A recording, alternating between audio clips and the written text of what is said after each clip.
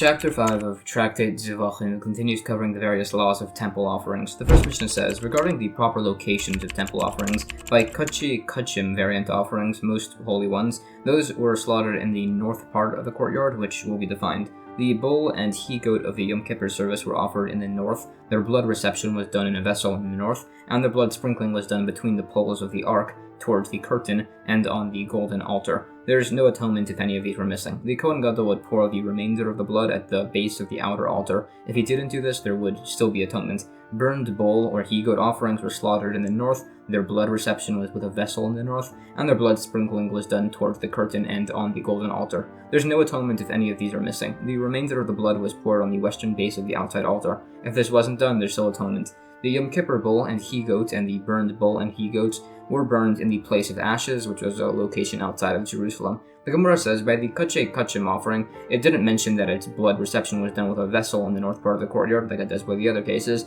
as at this point they held that there was one type of Kachay Kachim offering that actually wasn't done with a vessel, it was done by hand, namely the Mitzorah lepers Asham offering, although it was later held that there too required a vessel. It's sourced. Regarding the order of the Mishnah, it first brought the case of the inner Chatas offering on Yom Kippur, as that was derived from scriptural exegesis, and also it was done in the innermost room of the temple, so it was brought first. Anyways, it begins listing sources for all these points, that those offerings were slaughtered in the north, and the locations of the other steps. This is additionally discussed. Also, it mentions that by an Ola offering, its slaughter and blood reception was done in the north, which is essential for its validity, and it also spends some time sourcing. There are further points on this, along with the fact that the Asham offering must be slaughtered and received in the north, which is also essential, which it too is sourced at length, quoting a number of verses. This is additionally discussed, and it brings up a few principles of scriptural exegesis and expounds on them, and they're used to derive these individual principles of slaughtering and receiving in the north by the Chatas, Asham, and Ola offerings. There are further points on this and these complex principles of scriptural exegesis.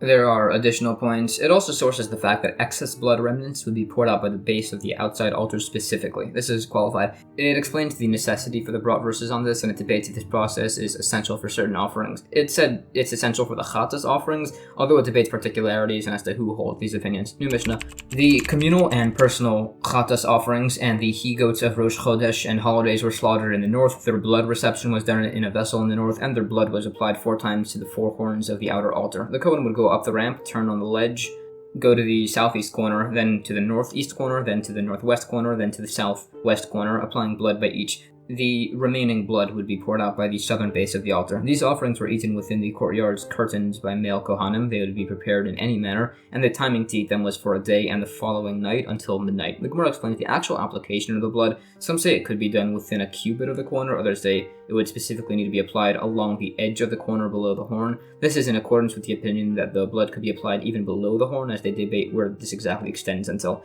If further debates between these opinions, it also mentions as there was variation by blood applications to the altar as to whether it's applied to the top half or bottom half of the altar. There was a red line marked around the middle of the altar as a partition, which it sources. It also sources the point that the remainder of the blood by these offerings was poured out by the southern base of the altar, although there's actually debate. Some say inner and outer Chatas offerings are actually poured out by the western base instead. This is as they actually dispute where the altar was placed, some saying it was actually in the northern section of the courtyard. New Mishnah. The Ola offering is a Kachay Kachim variant offering, so its slaughter and blood reception with a vessel are done in the north. Its blood has 2 applications, which are 4, as it's applied to opposite corners on both sides of each corner. It is skinned and dismembered and is entirely burnt in the fires. The Gemara explains why this offering is specifically singled out to be mentioned, as it's not specified as a Kachay Kachim offering in its source. It also explains how the blood applications were done, as mentioned, on 2 opposite corners, although it's a debate if there's 2 points of blood made or just one L shape. Also, it mentions the shape of the altar, which only had a base on half of it, which was due to the division of land between tribes, which went straight through the middle of the temple. Although it is debated what it means that the southeast corner base was missing. Some say it's literal, others just say no blood was applied there. It debates this from a number of discussions. It further expounds on the structure of the altar and on the division of the land of Israel and the location of the temple site. New Mishnah. The communal Shalomim offering, the Asham offering, be it for theft, me'ilah, adultery with a betrothed maidservant, an asham of a nazir, of a mitzorah, leper, and the asham taloi offering. All of these are slaughtered and received in a vessel in the north, and their blood requires 2 applications that are 4, as described earlier. They are eaten within the courtyard's curtains by male Kohanim. They can be prepared, however, and the time to eat them was for a day until the following midnight. The Gemara quotes sources for these principles and qualifies some points on these. New Mishnah. Now on Kachay Kalim variant offerings, the Toda offering and the Nazir's ram can be slaughtered anywhere in the courtyard. their blood requires 2 applications that are like 4. They can be eaten anywhere in Jerusalem by anybody, prepared, however, for a day until the next midnight. The portions of these given to Kohanim have the same status, besides that they can only be eaten by Kohanim, their wives, their children, and their slaves. The Gemara quotes sources for these principles. New Mishnah.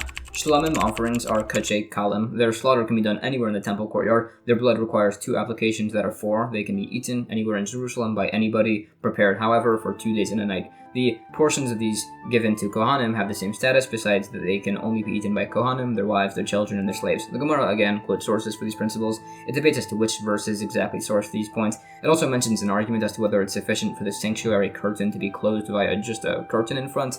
It's said to be insufficient, and if there's a high object in the way, that's disputed. It also defines some dimensions of the temple courtyard in regards to principles of impurity, which is said to be 187 by 135 cubits. Sources are quoted, although the exact dimensions of everything will be recorded in detail in the second to last tractate, Tractate Midos. It also defines the consecration status of the chambers, whether by biblical or rabbinic law. It also sources the concept that offering blood becomes disqualified at sunset. This is discussed. It also debates if somebody, while offering a shlamim offering, if he intends to eat the meat on the eve of the 3rd day, as to if this is valid or not, and therefore invalidated as pigul. There's also a debate if there's liability for actually eating the meat at this point. It debates sources. New Mishnah. The Bechor offering, the Ma'aser offering, and the Paschal offering all are Kachei Kalim variants. Their slaughter can be done anywhere in the temple courtyard. The blood requires 1 application opposite the base of the altar. The Bechor is eaten by only Kohanim. The Ma'aser is eaten by anybody, both in Jerusalem, both prepared in any manner, for 2 days and a night. The Paschal offering is eaten only at night until midnight, only by people registered for it, and only roasted.